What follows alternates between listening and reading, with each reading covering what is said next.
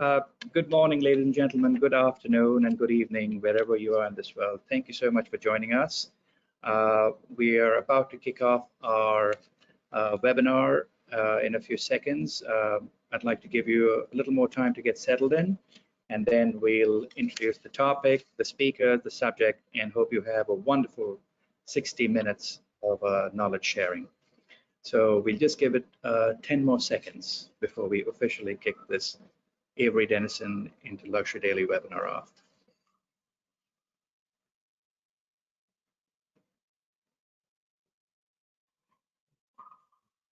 Welcome back, ladies and gentlemen. Thank you so much for joining us.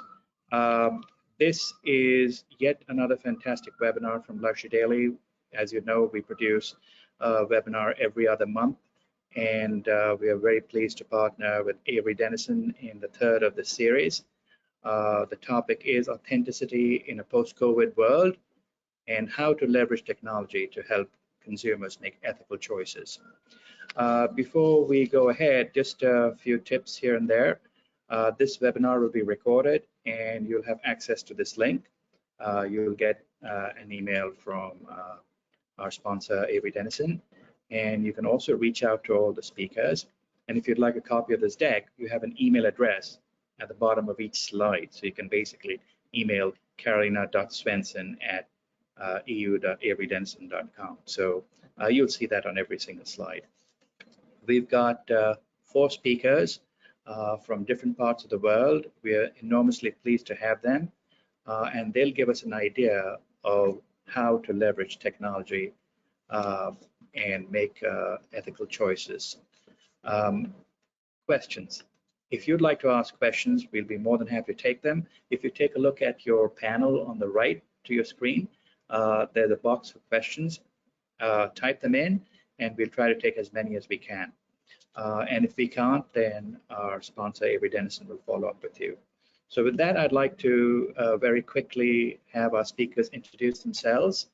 Our first speaker to introduce herself, Greta Moser. Hi everyone, my name is Greta Moser. I'm based in France. I work for Avery Dennison. I'm responsible for product line management, for customer on-demand printing solutions and brand protection solutions. Great, thank you so much, Greta. Next up is Debbie Shakespeare again from Avery Dennison. Debbie. Hello everyone, I also work for Avery Dennison and I'm based in Boston, Massachusetts, and I head up sustainability, compliance and our core product lines within Avery Dennison. Great, thank you, Debbie. Rossella Munafò. Yes, hi everyone. I'm Rossella Munafò and I'm the Chief Marketing Officer of Certilogo. Thank you, Rossella. Finally, we have our brand speaker, Loris Spadaccini. Loris. Good morning or good afternoon to everyone, depending on where you are connecting from. Loris Spadaccini. I am the General Manager of Save the Duck USA. I have been in this position for the last 7 months, so spreading the news and spreading the sustainability message of our brand USA. Currently broadcasting from Boston, but otherwise based in New York City. And Great. Thank you for having me at this webinar. Thank you, Loris. Debbie, where are you based? I'm based in Boston, Massachusetts. Wonderful. And Rossella? I'm based in Milan, Italy. Wonderful. Greta? I'm based in Lyon in France. Wonderful. And folks, I'm Mickey Alamhan, the editor of Luxury Daily, and I'm based in New York. So as you can see, we have a fantastic UN panel right here. And with that, I'd like to get started with the theme and the topics of this particular webcast.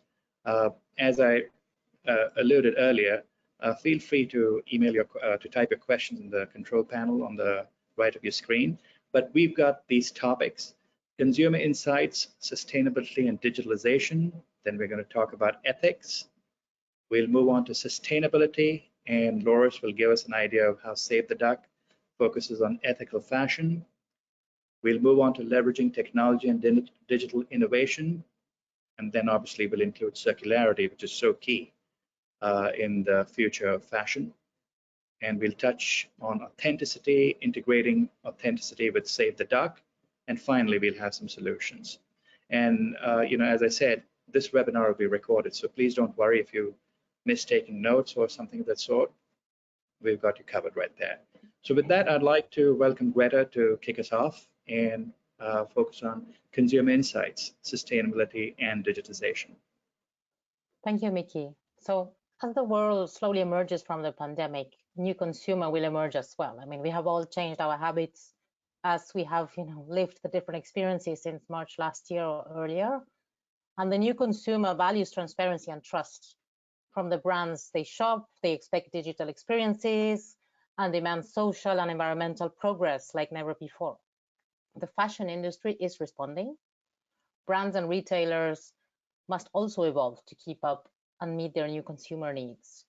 We also have different generations as well. Gen Z, our young ones have connected since the day they're born almost, our kids in all the social media. In terms of sustainability and digitalization, these are the two top priorities for the fashion industry right now. Let's talk a bit about, I'm not going to go through all these statistics because you're going to have the presentation later. So we're going to talk about ethics. It's one of the main topics of today's webinar. So the need for business to operate in an ethical and responsible way is apparent now more than ever. The title of the webinar asks if technology can actually help consumers make ethical choices. So we need to talk a bit about ethics. What does it mean to be ethical? What makes a brand ethical or a garment sustainable? The meaning of what is ethical changes for each person and company, and each brand approaches in their own ways. We'll hear later from Loris how they are approaching it. Ethical fashion is fashion that aims to reduce the negative impact on people, animals, and the planet.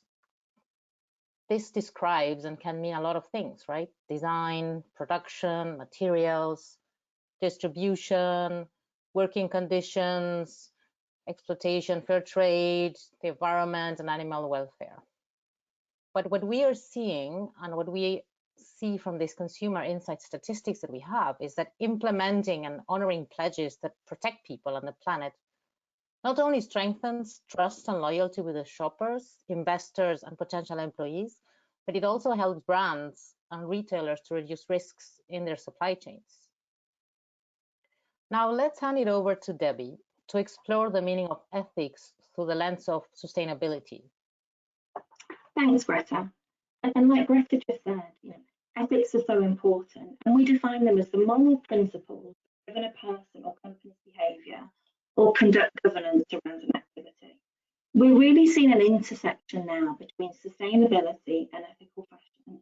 And what's so unique right now is around how sustainability doesn't just focus on the current actions of the purchasing decisions, but also the longer term and expected consequences, contextualize environmental decisions. So really in the space of apparel, it's around how a consumer buys a garment and demands sustainability or ethics, but the longer term, the consequences around recycling. In the Avery Dennison New Transparency Report, we talk a lot how transparency has gone from being a buzzword really to be a response to customer expectations, and pretty critical to sustainability and product safety, and a vital tool to bring efficiency to business processes. Debbie, could you hold the mic closer to you? Right. Yes, of course. Is that much better? Good. So if you can, perfect, thank you. So consumers care about sustainability far more than they did before. We're seeing they're really making, oh, sorry, if we can flip that one. So again, consumers are making decisions around purchasing sustainability far more than before. There's emotional pressure on consumers around making decisions. It's no longer specialist press linking to sustainability. We're really seeing mainstream pressures on consumers around purchasing garments, that they're bombarded with stories. There are also sustainability regulations coming. I would say from purely a regulation point of view, an example is how France has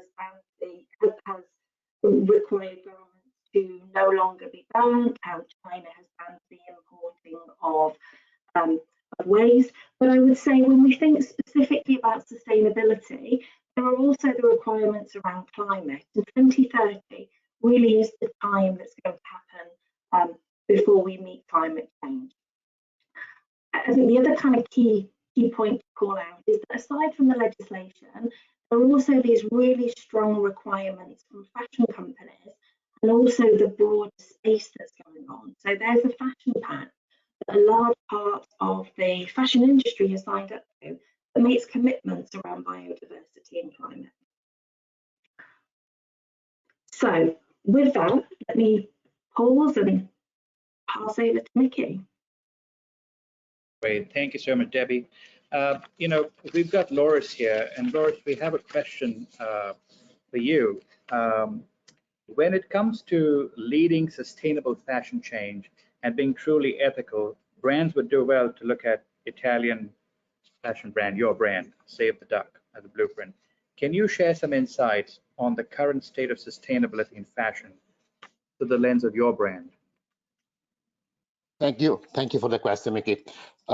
So as Save the Duck, you know, we do things at our own pace. We like to respect the planet. We do our product. We started with this idea of 100% animal free, and then really brought that in more and more as we became more and more of a sustainable brand. I personally see a lot of changes happening in the old system, and this is because, as Greta was kind of mentioned in the beginning, it's the consumer that are leading these changes. The new generation are really forcing the brand to take some action, and as you know, a leader, Save the Duck, a leader in this field, we're actually very pleased to see brands moving forward, pushing through the changes and trying to be really respectful of the environment, respectful of, and trying to leave a better place than what they found. You know, what we found, trying to improve not just the condition of the workers, not just the ethical and the sustainable, but really try to look at this as an holistic approach to fashion. And you see, you know, some brands are doing it better than others. I don't want to mention name, but we all know who is really leading the pack over here. But it's really great and amazing to see everyone wanting to take piece of it, because all the brand understand this is very, very important for the consumer, and there is no going back to what used to be. Did this, you know, answer your question? I went too broad. Great, thank you so much. Carry on.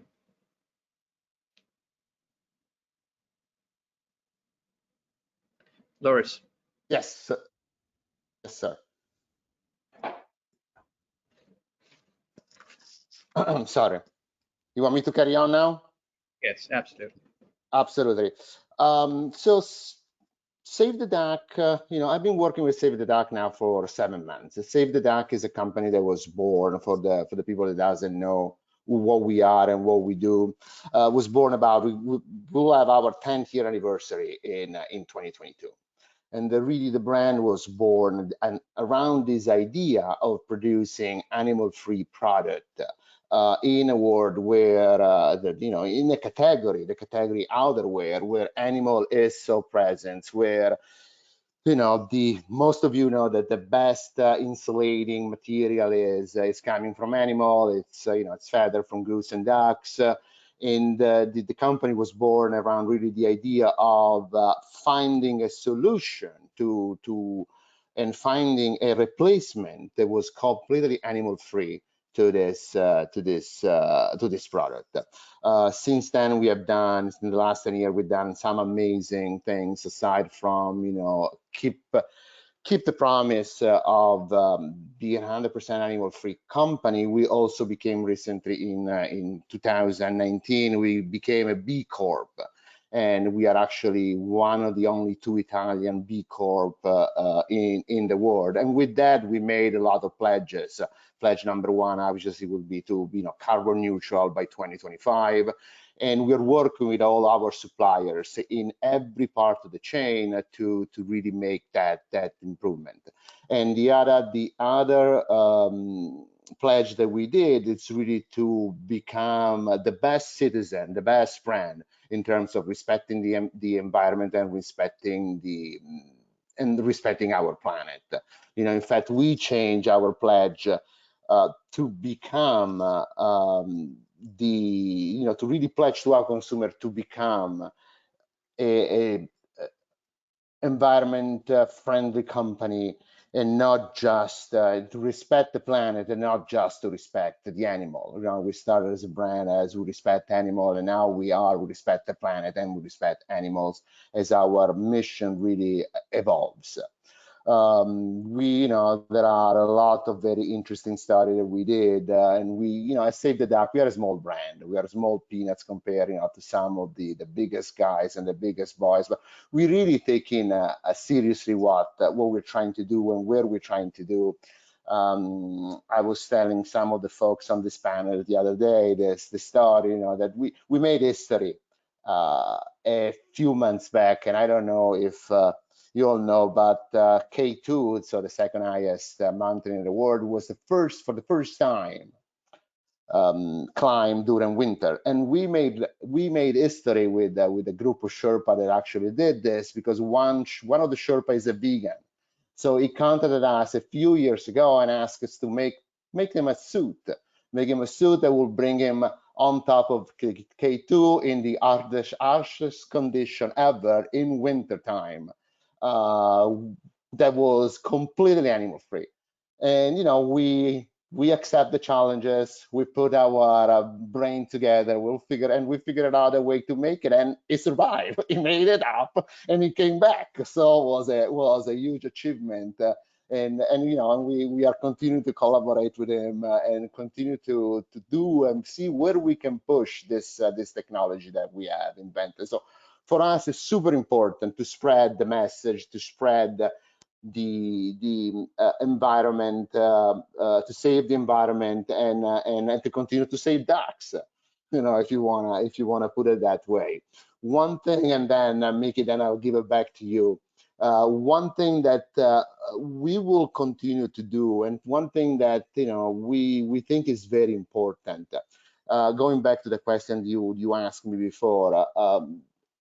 Sustainable it's a marathon. Becoming sustainable. It's not a sprint. And at Save the Duck, we understand it actually is very important to be working alongside maybe brands that do not understand sustainability the way we do, and help them to become sustainable, right? And help them to understand what took us and what are the steps that we took to become a sustainable brand. We want to kind of make the orange duck that is the patch on our jacket a little bit like a badge. If you are another brand that you wanna start your sustainable roadmap, we are here to help you. Right, we are here to give you this badge that you can put on your product and help you to become more sustainable.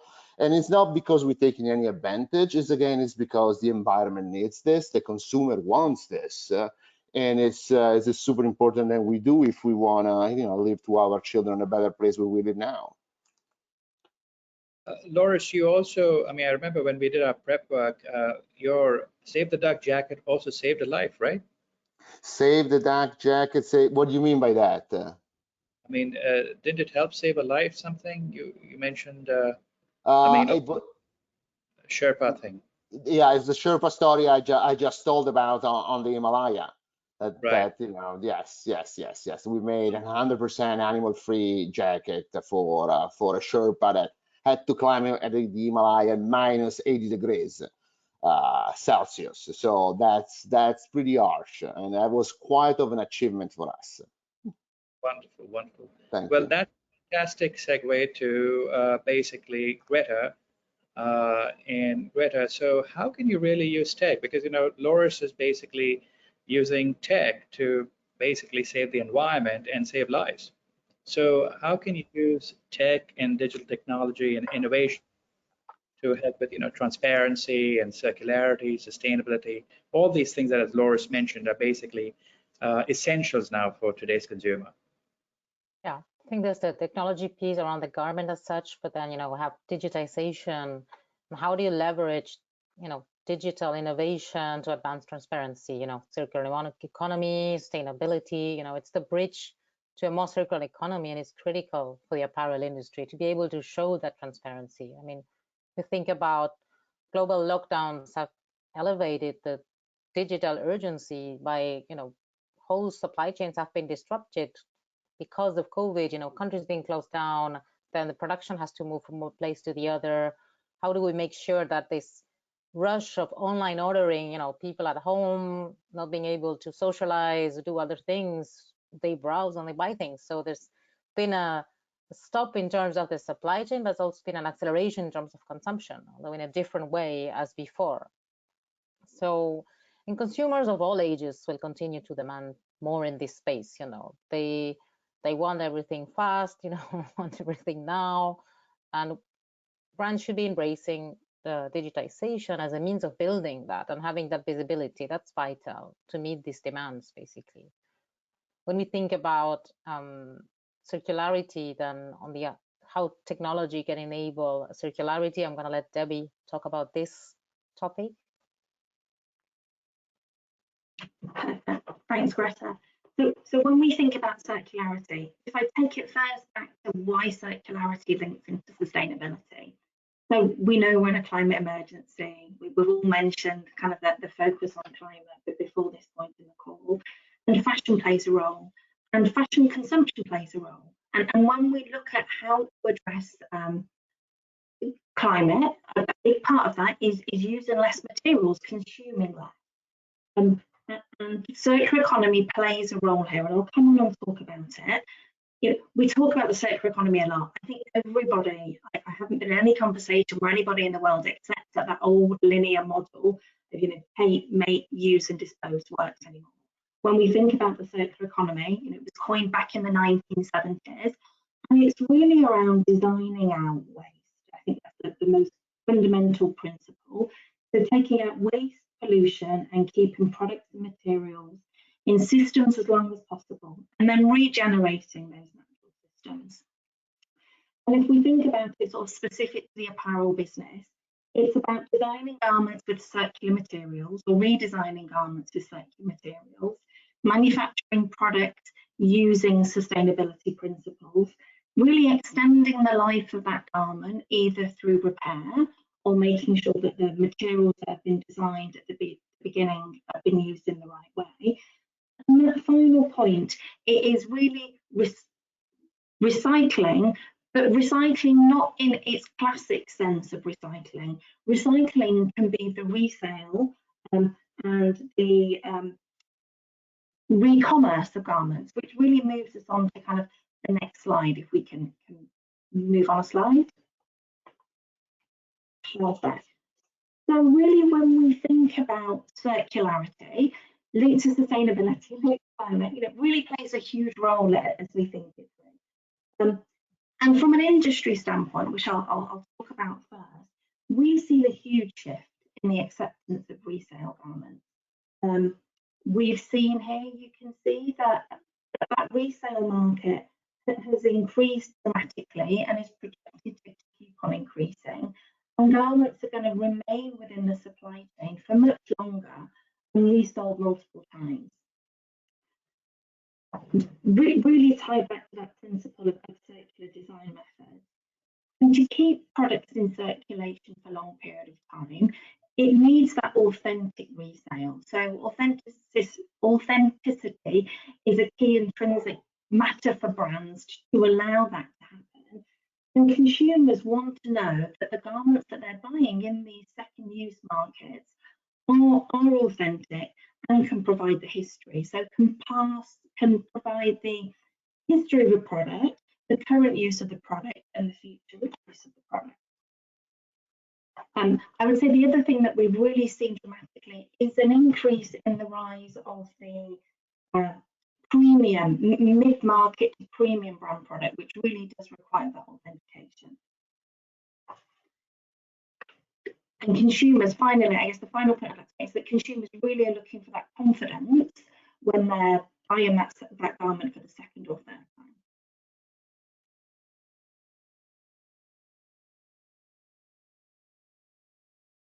Thank you, Debbie. Before I invite Rossella to go through her slides, Rossella, in terms of fake items, there's so many fake items in circulation. What happens to them in terms of recycling? I mean, how is the manufacturer or the brand to know that this is the real from the fake, when very often they're so closely, I mean, they're just too similar to tell apart? Yeah, so I guess there are two ways of addressing the question of what happens to fake items in terms of recycling. One is by asking ourselves another question, that is whether it is appropriate to recycle fake products. And given that the production of counterfeit has already caused a negative footprint on the planet, is it better to destroy them, therefore causing additional negative footprint, or would it be better to recycle them? And this is one question that certainly we have to ask ourselves in the context of sustainability. Another way of looking at it is by considering the perspective of brands, as you were saying, who have embraced the idea of including recycling their secondhand products into their sales and manufacturing processes. And here the question is, what is the risk for brands of having fake products returned by consumers instead of the original ones? So because the first one is a philosophical question, I'd rather focus on the latter. And I'd like to start from data. And data say that the distribution of fakes has reached an all-time high in April 2021. The data we have gathered through our platform, and for those who don't know Certilogo, we allow consumers to check product authenticity instantly via their smartphone, basically. Our data say that today, 1 in 4 products out there is counterfeit. So, and consider that these figures do not come from market research and they're not estimates. These figures are real as they come from real authentications performed by consumers around the world. So now imagine the impact of this phenomenon on consumers. On one hand, their attention is driven towards sustainability, while on the other hand, they witness a dramatic increase in the sale of fakes. So the risk that counterfeits enter the brand's recycling chain is real, and it's real both for brands and consumers. Moreover, the costs attached to it are high because the processes adopted by brands to protect themselves from fake products being returned instead of the original ones are expensive, and because consumer trust is at risk at the same time. So the problem is tangible and it is growing, but the good news is that solutions are within reach. And actually, the most effective way for brands to protect themselves and protect their fans is to equip products natively with something that allows for instant authentication throughout the entire life cycle of the product. Typically, it's a media that's put on the product, that's stitched onto it, and this media will be used internally to streamline return processes and will be used by consumers to get reassurance about the quality of their secondhand items or of their new items made out of recycled materials. So we believe that brands that walk the talk of sustainability know that fighting back by safeguarding the authenticity of their products is of paramount importance to avoid counterfeits from damaging or thwarting their sustainability projects, including recycling initiatives, of course. And since we're speaking about brands that walk the talk of sustainability, I'd love to ask another question to Loris from Save the Duck. And Loris, how are you at Save the Duck interpreting authenticity and the authentication process to your consumers? Thank you, Rossella. Authenticity. So for us, authenticity is more in the way we produce product, the way that we are changing and we are adapting our supply chain to be a better company, to be a sustainable company. And since we pledge to the planet, we also want to pledge to our consumer that the product that we are giving them is produced in a way that is sustainable to the environment. We have all of our entire supply chain, starting from the design and concept, all the way to the distribution center, going through the warehouses, going through the freight forward that we use. We all of them pledged that they are trying and they are making their best effort to become a more sustainable company. As I said before, is a marathon, is not a sprint. So with this pledge, it's very important that our consumer understand and that buying authentic product is not just the right things to do, but it's the most ethical thing to do, because we can guarantee how our product is made, and you can know that if you buy an authentic Save the Duck jacket, we are doing something good for the environment.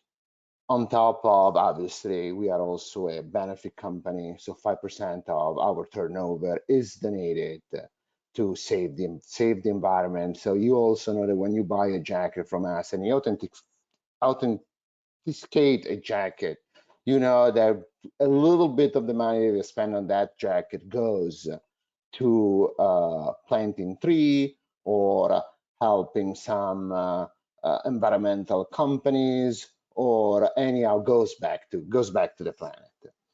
So Rossella, this became a bit, and in the beginning you said the brand used the authentication to make sure that the product is authentic for recycling and for circularity purpose, and that's very important to us. And to us, that's important more in terms of helping the customer, following up with the customer and give them tips how to make the life of the jacket longer. That's another way to save the environment. What is the jacket that pollutes the least? It's the one that is never made. So how do we help them to really take care of their product? Or how do we help them through authenticating the product to connect with other consumers that they have authenticated their product? And maybe I have a blue jacket, you have a pink jacket, and I need a pink one, I can give you the blue one. And continue to put product back in the market that way. I mean, the possibility are endless, especially if we buy authentic, real product, and you know that you have registered it with the brand, and the brand is there to support you and to help you to, keep that jacket alive, keep that product alive, and put you in and create a community of consumers that bought an authentic product and put them in contact and have them really create a micro society within it. That's a lot to do. We are working on it. As I said, it's a marathon. What we do is be better than yesterday, worse than tomorrow. That's how we live every day, and and Certilogo is actually helping us to do that in a way. Thank you, Loris. You're welcome. Okay, let's speak about the role of authenticity and authentication then in the path of fashion brands towards sustainability. So if we can move to the next slide, Linda, please. Great. So what's the role of authenticity then? In a world where brands are embracing sustainability as a founding principle, as we heard from Save the Duck, whichever ethical values sustainability translates into. whether we talk about recycling or more environmentally or animal-friendly manufacturing processes. We believe that authenticity is a hygiene factor.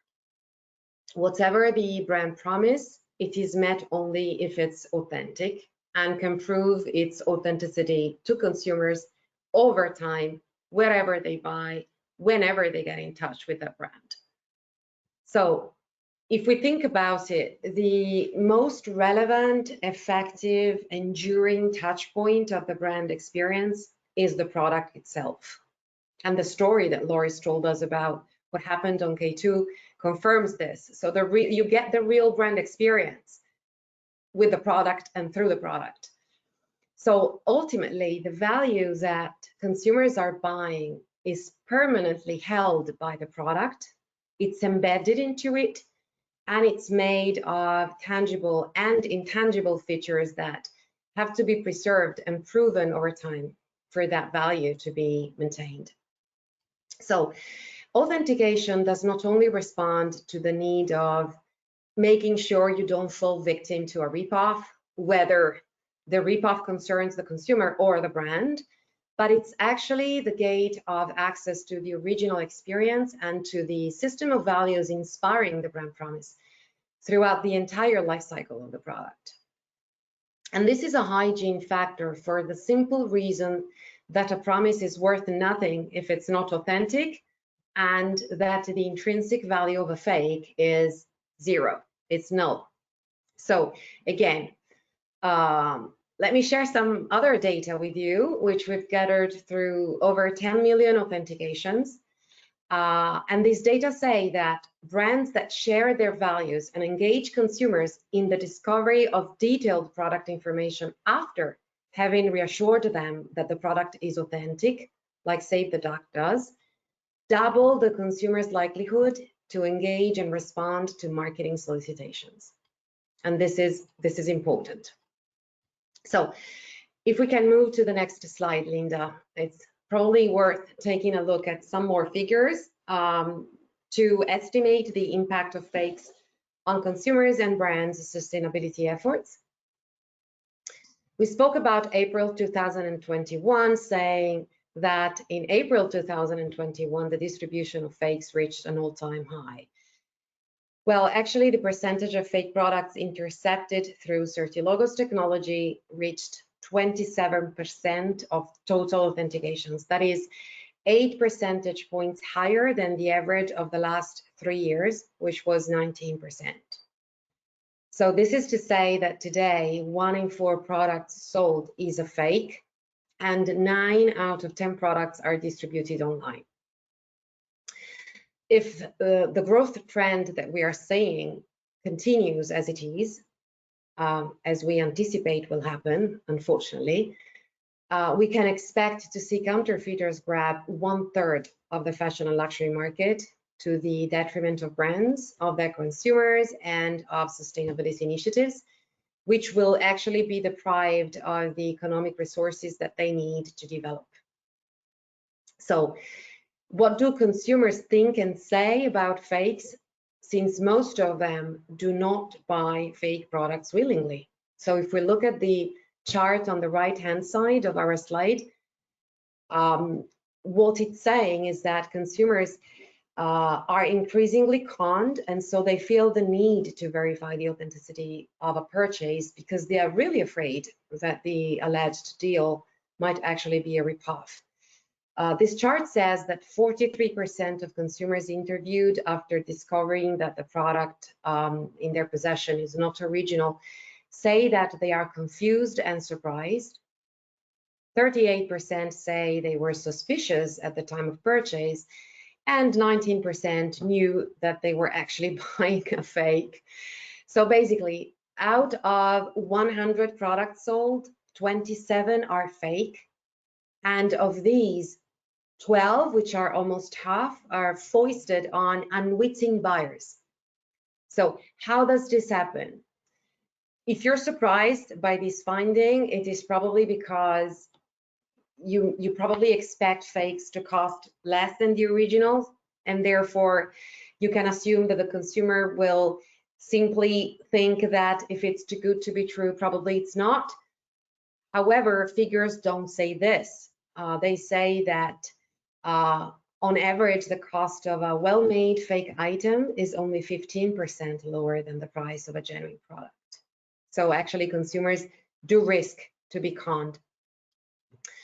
To cut a long story short, authenticity is an intrinsic value of every sustainable production, and the possibility to check authenticity easily and instantly is a hygiene factor both for brands and consumers alike, and it must be available throughout the entire life cycle of the product. And that's because through product authentication, brands preserve the quality of their resell or recycling chains, the intrinsic quality of the product they have manufactured following sustainable standards, and they reinforce the consumer's perception of value at the same time throughout the entire lifetime of the item. Great. Thank you, Rossella. I didn't know that it was the differential between a fake product and a real product was just 15%.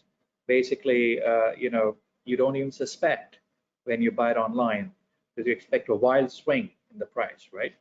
So it brings me to a question that we just got is what impact does counterfeiting have on consumers and brands' sustainability efforts? Okay, you're going to hate me and my numbers by the end of this webinar because again, I'd like to answer this question by sharing some statistics.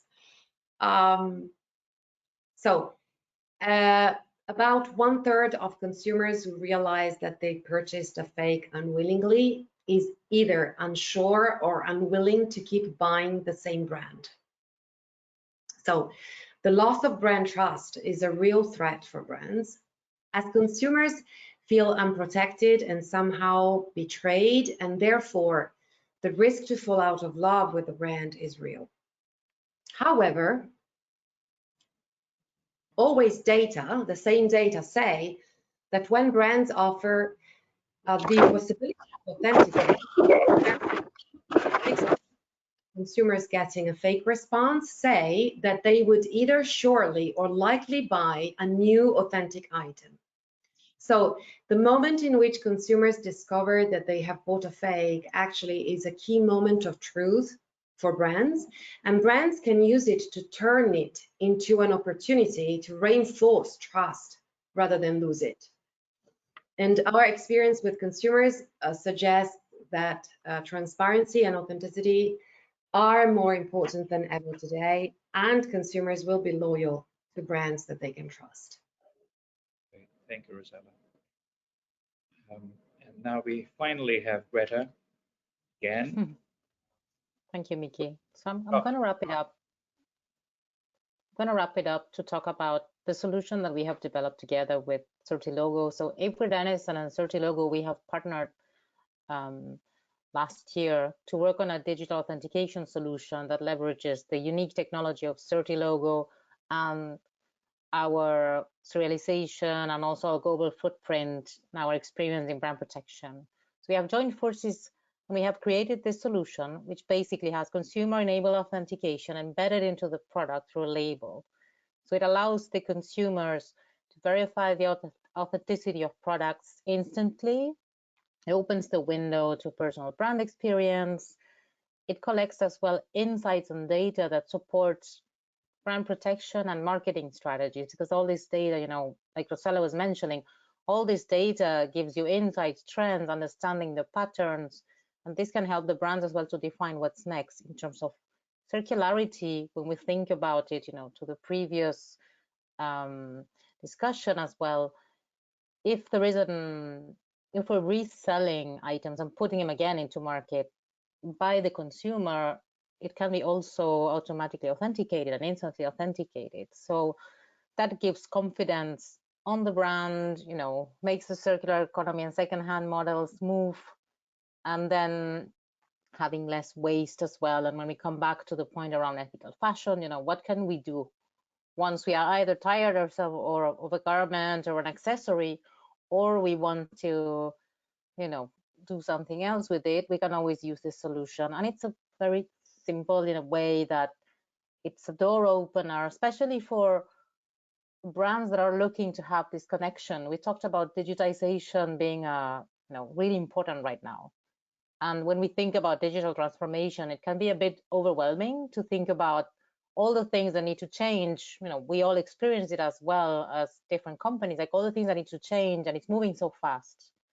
So this is a really good way to start and open that door towards consumer experience, but also gathering all the insights and start to interact digitally with the consumers on the garment. And the labels stay for quite a while. They're permanently attached to the garment.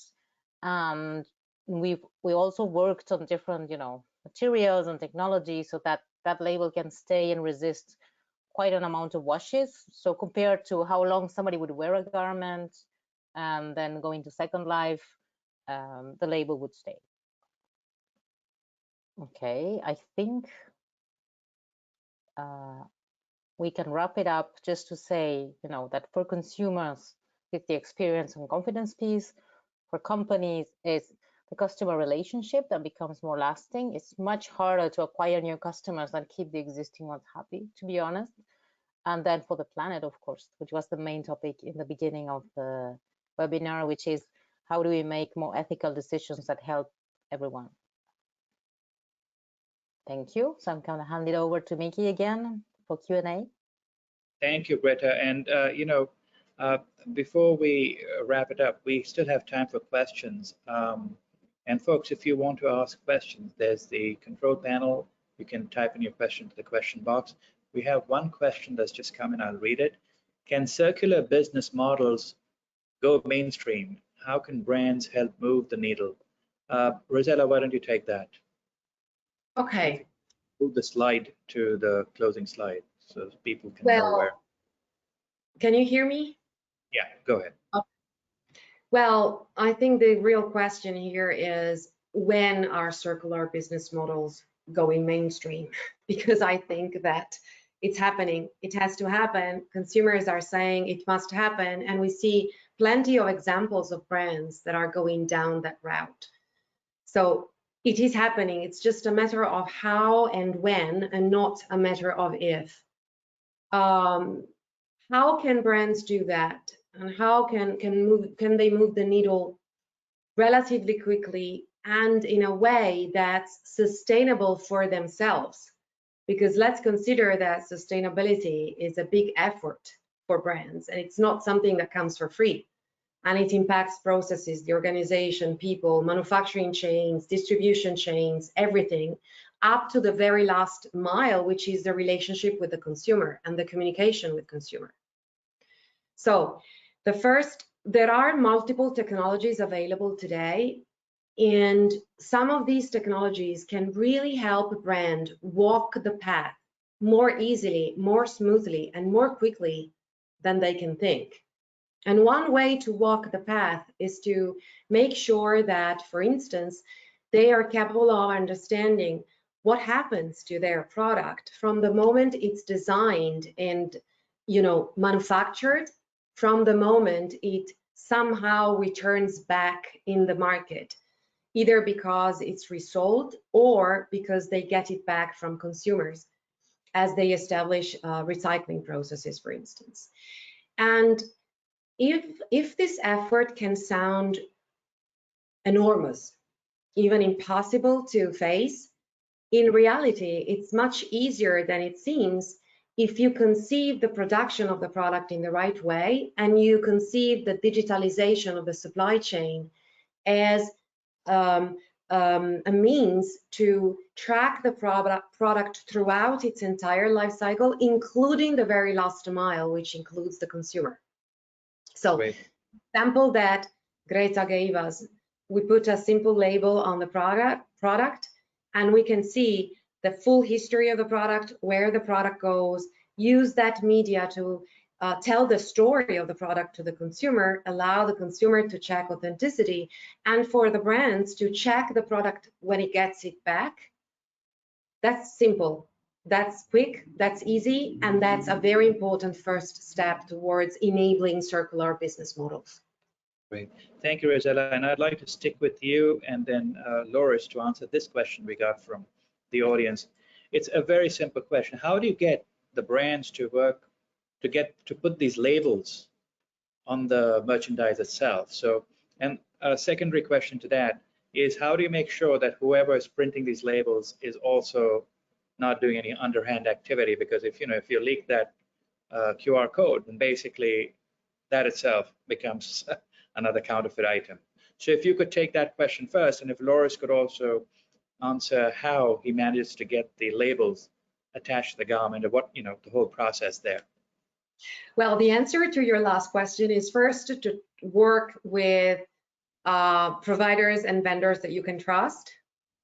And whenever these vendors are chosen by the brand, they're not the ones you are used to work with, make sure that the processes that you establish with the brands with the vendors to exchange the information that are needed to manage these labels are sound, very strict, very controlled, and this is the the quick and dirty answer. And I think that Greta is the right person to answer this question, since Avery has the responsibility to grant this to brands. So I'm sure she can answer the question.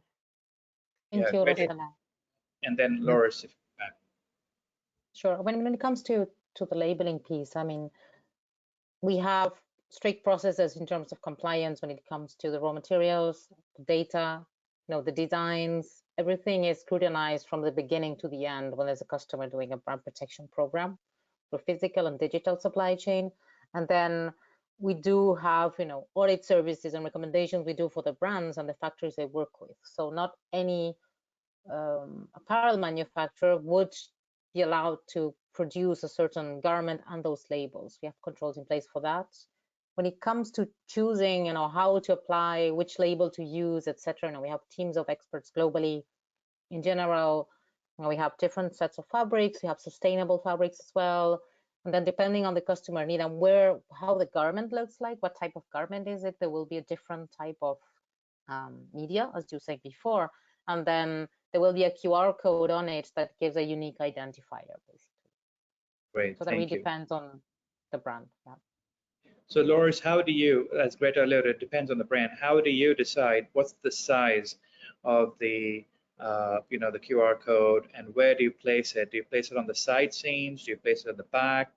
And Rossella also alluded to the number of washes. So curious about that. So the size of the QR code a lot depends on the product. Some product allows we using a label. So a fabric label that is sewn in the inside lining on one of the seams, in the inside lining on the side. Same thing as usually where the care and wash label is, the made of origin label is, and and the fabric content label is. We add that Certilogo label too. We found it's been the best place. We also usually add an end tag on the product itself, explaining where the Certilogo is and what the Certilogo is all about. Because at the end, if you don't educate the consumer to go to look for it, to authenticate the product, and to go through the process and to register their jacket if they ever buy it, because remember, they can do it, authenticate. They don't need to buy the jacket. They can authenticate it at the point of sales and know they're actually are about to buy a genuine, authentic product. To us is the most important piece. Mickey, if you let me elaborate, because I don't think the problem on the issue from a brand is to put the garment on the label. That's the easy part.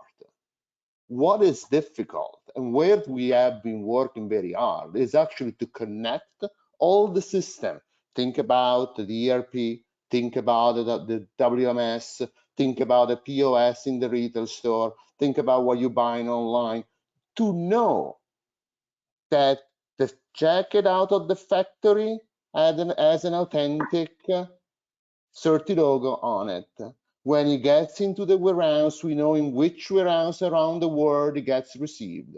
When it leaves the warehouse, we know to which retail store partner or which consumer is getting that product. So we can always keep track of where it is when it gets sold, when it gets into a store. A Save the Duck store, obviously we can control. We have 5 in the world. If it gets to a multi-brand store, it's a little bit more. We know it is in that store. We don't know who buys it. But when it's sold in a Save the Duck store, we know that Mickey Allen bought the jacket, that Rossella Munafò bought a jacket. And so we have completely, we have transparency. We know what's happening with that product. And that is really the hard part. There's not so much sewing in where to sew, which kind of label to be used on the brand. That's the easy part. It's really spending, as Rossella mentioned, it's difficult. Being sustainable, being transparent with the consumer is difficult. It requires a lot of steps. So we making all those investments because we think it's important. Great, thank you, Loris. And Rossella, I'd like to get back to you. We have another question from the audience. What can or should a brand do to build back the trust lost due to buying fakes? How do they, or what are they doing to reestablish the emotional attachment to the brand? So how do you rekindle the ties once, if I bought a fake and unwittingly I bought the fake, I've lost the trust, right? Yeah. So I can answer this question by saying how we interpret this difficult moment and which solutions we have elaborated to respond to this difficult moment and support brands in not even losing their trust, okay, possibly. So imagine you're a consumer, you're scanning a label, an Avery Dennison's label on your product, and by authenticating the jacket, you discover that you have actually bought a fake. That's a horrible moment for you if you have bought it unwillingly, of course. So what's the best way to manage that moment for a brand?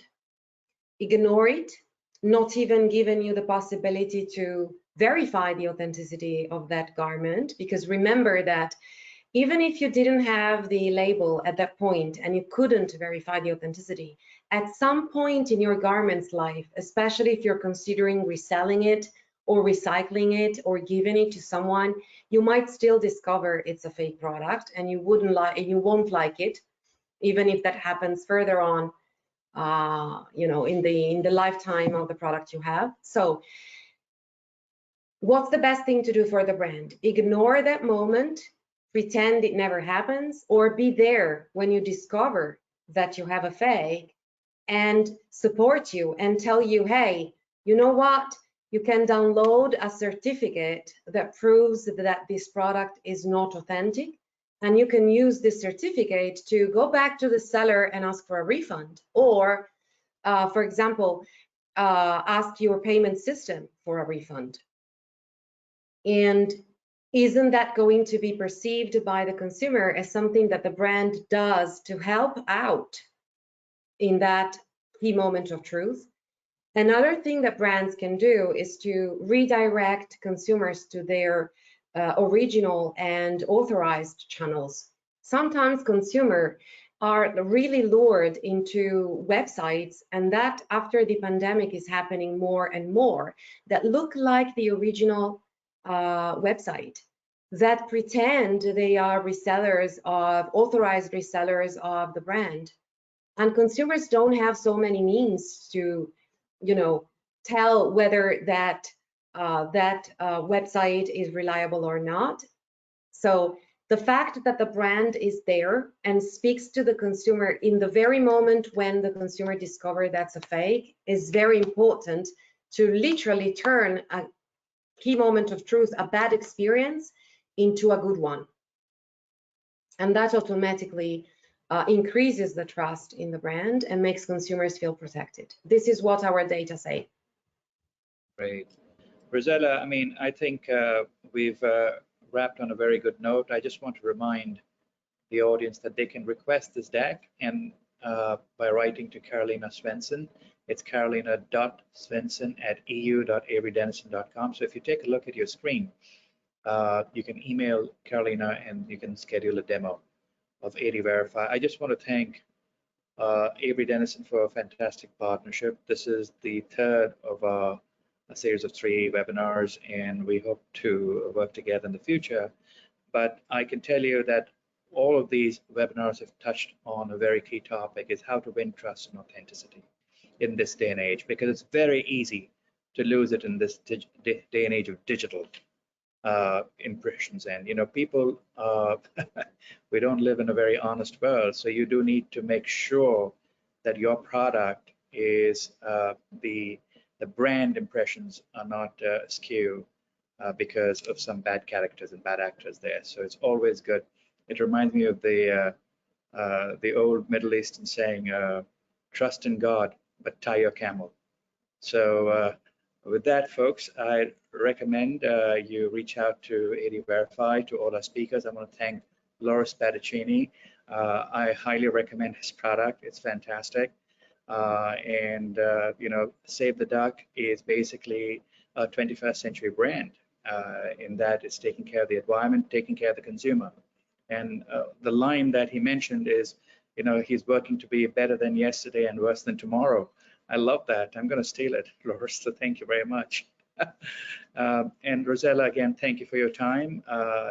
Really appreciate the work Certilogo and you are doing. And Debbie, thank you again. And Greta, thank you again, both from Avery Dennison. So really appreciate the partnership. And folks, you'll get, if you email Carolina Svensson, you'll get a copy of this deck. You'll also get the recording. And Luxury Daily will cover this webinar tomorrow. So don't worry, you'll get links to the previous 2 webinars in the report as well. So thank you very much, and we wish you a very wonderful 4th of July weekend if you're in the US, and a very wonderful week and summer for the rest of the world and for everybody. So thank you again, and have a wonderful rest of the day. Thank you. Thank you. Bye, everyone.